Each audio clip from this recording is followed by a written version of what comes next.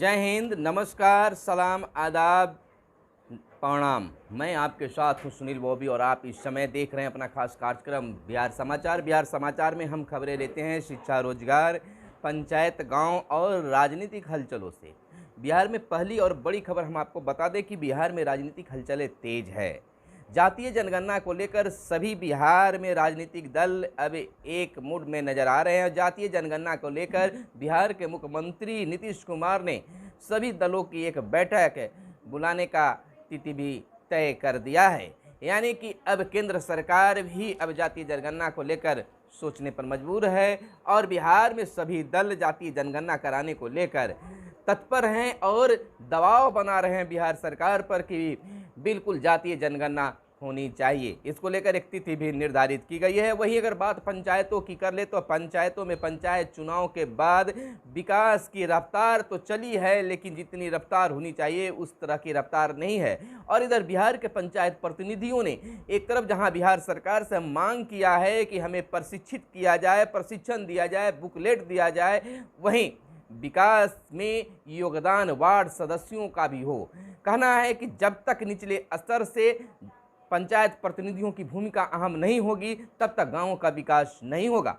जैसा कि आप जानते हैं कि बिहार सरकार की एक महत्वाकांक्षी योजना 7 निश्चय योजना है और सरकार चाहती है कि शहरों की तरह गांव भी चकाचक हो। जहां तक एक तरफ सोलर लाइट लगाने की बात बिहार सरकार के पंचायती राज विभाग ने किया है, हालांकि इसको लेकर रफ्तार तेज हो रही है। जहां कहीं भी अब सोलर लाइट लगाने की प्रक्रिया शुरू हुई है, लेकिन रफ्तार ठीक ठाक नहीं है। यानी कि अब वार्ड को भी इसमें भूमिका दी गई है कि अगर सोलर लाइट ठीक ठाक से नहीं लगाया जाता है तो आप जरूर टोल फ्री नंबर पर कंप्लेन करें। इसको लेकर सरकार ने एक योजना बनाई है कि जिस पोल पर, जिस खंभे पर सोलर लाइट लगेंगे वहां पर टोल फ्री नंबर रहेगा। उस टोल फ्री नंबर पर आप कंप्लेन भी कर सकते हैं। इधर बात बिहार की कर्मचारियों के कर ले तो कर्मचारियों के वेतन के लिए अब अंशदान देगी बिहार सरकार। इधर बिहार के नियोजित शिक्षकों की अगर बात कर ले तो बिहार के नियोजित शिक्षक अपने तबादले को लेकर आवाज बुलंद कर रहे हैं। एक संघ के द्वारा मई जून महीने में एक आंदोलन का रूपरेखा भी तैयार किया है। सभी जिला मुख्यालयों में ये आंदोलन होगा, विभिन्न मांगों को लेकर होगा। लेकिन शिक्षकों का कहना है कि अभी मुख्य मेरी मांग जहां स्नातक ग्रेड में प्रमोशन और तबादला है, संघ इसको तवज्जो नहीं दे रही है। बिहार सरकार पर यह आरोप लगाया है कि सरकार अब तक शिक्षकों का तबादला क्यों नहीं दे पा रही है। आइए हम विस्तृत से चर्चा कर लेते हैं। बिहार में वस्त्र और चर्म उद्योग को कई सहूलियतें।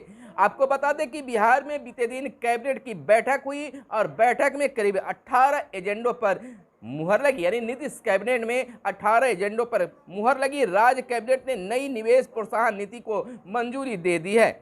आपको बता दें कि बेतिया में 1700 एकड़ के टेक्सटाइल पार्क और बिहार औद्योगिक निवेश प्रोत्साहन नीति वस्त्र एवं चर्म 2022 को राज्य मंत्रिमंडल ने मंजूरी अब दे दी है। मुख्यमंत्री नीतीश कुमार को अध्यक्षता में गुरुवार को हुई बैठक में 18 एजेंडों पर मुहर लगाई गई, कैबिनेट की मुहर लगी है। बिहार में वस्त्र और चर्म उद्योग को लेकर बदलाव देने के लिए उद्यमियों के लिए नई नीति के अनेक तरह की सहूलियतों का प्रावधान भी किया गया है। इस नीति का लाभ प्राप्त करने के लिए इकाइयों को 30 जून 2023 तक ऑनलाइन आवेदन करना होगा। इधर झारखंड की अगर बात कर लें तो बेगूसराय निवासी रेंजर घूस लेते गिरफ्तार हुआ है। आवास से मिले 99 लाख रुपए, कलंक के खिलाफ अभियान जारी है। आपको बताते चले कि एसीबी टीम ने बीते दिन शाम को कोल्हान में अपनी इस वर्ष की सबसे बड़ी कार्रवाई में रेंजर के घर में 99,02,540 रुपये बरामद किए। आखिरकार पदाधिकारियों के पास इतनी बड़ी रकम कहां से आ रहा है? तो सरकार की कलंक के खिलाफ अभियान जारी है। और बात अगर औरंगाबाद की कर ले तो औरंगाबाद में लगातार जहरीली शराब पीने से लोगों की मौतों की संख्या बढ़ रही है। जहरीली शराब से तीसरे दिन 4 लोगों की मौत हो गई है। मगध मेडिकल कॉलेज में 2 लोगों की जान गई, एक ने सिरघाटी और एक ने घर पर ही दम तोड़ा है। आखिर शराब बंदी है तो शराब कहां से मिल रहा है? आपको बता दें जहरी शराब से तीसरे दिन गुरुवार को मदनपुर प्रखंड के 4 और लोगों की मौत हो गई। मृतकों में मदनपुर प्रखंड के बेरी चौधरी बीघा के 60 वर्षीय ननक चौधरी, खिरियावा निवासी सुरेश पासवान के पुत्र 40 वर्षीय अशोक पासवान उर्फ पप्पू पासवान, नोनियाडीह निवासी 45 वर्षीय राम भज्जू रिकियासन और बेटी टोले गुंजर बीघा निवासी 40 वर्षीय संजू राम शामिल हैं। यानी कि कहने का मतलब कि बिहार में अगर शराबबंदी है तो शराब मिल रहा है कहाँ से, लोग पी रहे हैं, मर रहे हैं कैसे। इधर भारत G20 देशों में सबसे तेजी से बढ़ती अर्थव्यवस्था।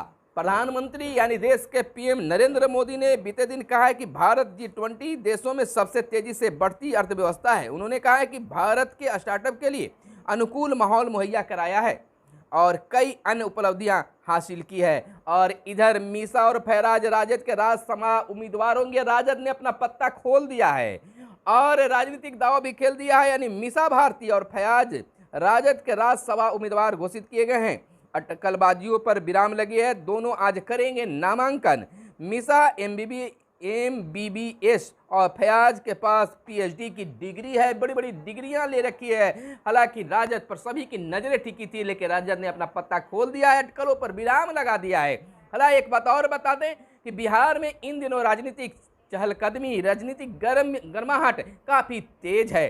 जदयू में सब कुछ ठीक ठाक का दिखावा तो जरूर किया जा रहा है, लेकिन अगर विशेषज्ञों की बात माने तो जदयू में सब कुछ फिलहाल ठीक ठाक नहीं है। इधर आपको बता दें कि ज्ञानवापी प्रकरण में 30 मई को होगी अगली सुनवाई और सुरक्षा बलों पर पत्थरबाजी करने वाले 10 गिरफ्तार हुए हैं और राज्य में समेकित विनिर्माण क्लस्टर को बनेगी विशेष परियोजना संस्थान। आपको बताते चले कि राज्य में उद्योगों और व्यापार को बढ़ावा देना मकसद है और क्लस्टर की राह को बाधाओं को दूर करेगा ट्रस्ट।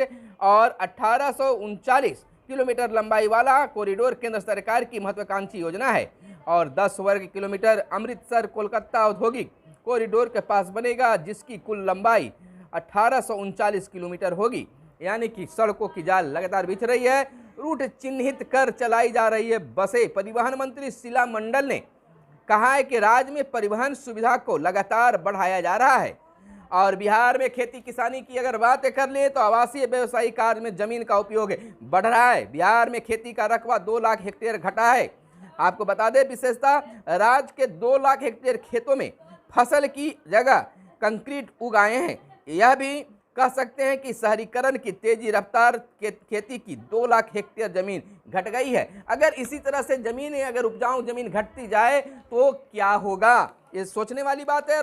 बिहार में अगर राजनीतिक हलचलों की अगर बात कर ले तो इसी बीच एक अन्य खबर निकलकर सामने आ रही है कि बिहार में शिशु मृत्यु दर राष्ट्रीय औसत से भी कम है, जो सुखद बताया जाता है। आपको बता दें कि बिहार में शिशु की मृत्यु दर जो है राष्ट्रीय स्तर से बिल्कुल कम है। और इधर बात अगर कर ले शिक्षा जगत की तो शिक्षा जगत में कई बदलाव किए जा रहे हैं। बच्चों के लिए जहां छात्रवृत्ति योजना चलाई जा रही है, साइकिल योजना चलाई जा रही है, वहीं IIT में 2 अध्ययन केंद्र अगस्त तक बनाने का निर्णय लिया जा रहा है, यानी कि प्लानिंग किया जा रहा है। राज्यसभा के उपसभापति हरिवंश के सांसद निधि कोष से हो रहा है यह निर्माण। और लुप्राय भाषा अध्ययन केंद्र, भूकंप इंजीनियरिंग और अनुसंधान केंद्र बनेंगे। तो अब बेरोजगारों के लिए, युवाओं के लिए एक बड़ी सुखद खबर है कि बिहार में भी खासा नौकरी मिलने जा रही है, रोजगार मिलने जा रही है। बिहार सरकार एक बड़ी योजना बनाने जा रही है, इस योजना के तहत युवाओं को काफी लाभ होगा। आप हमारे साथ बने रहिए और देखते रहिए, अंत तक बने रहिए। जातीय जनगणना को लेकर बिहार में सभी राजनीतिक दल अब एक मंच पर अपना सीधा बयान देते नजर आ रहे हैं। चाहे लोजपा की बात कर ले, जदयू की बात कर ले, राजद की बात कर ले, तमाम राजनीतिक दल जो हैं अब एक मंच पर सीधा वार्ता कर रहे हैं। लेकिन नजरें टिकी है केंद्र सरकार पर। नरेंद्र मोदी, भारत के प्रधानमंत्री पीएम नरेंद्र मोदी का क्या निर्णय होता है। हालांकि लोग ये चर्चा कर रहे हैं, विशेषज्ञों का मानना है कि अभी सभी दल जहां बिहार में एक मंच पर आ रहे हैं तो वहीं भाजपा सरकार भी झुकेगी, निश्चित तौर पर झुकेगी। आप हमारे साथ बने रहिए और देखते रहिए बिहार समाचार। फिर मिलते हैं अगले वीडियो में, तब तक के लिए दीजिए इजाजत। धन्यवाद। जय हिंद, जय भारत, वंदे मातरम।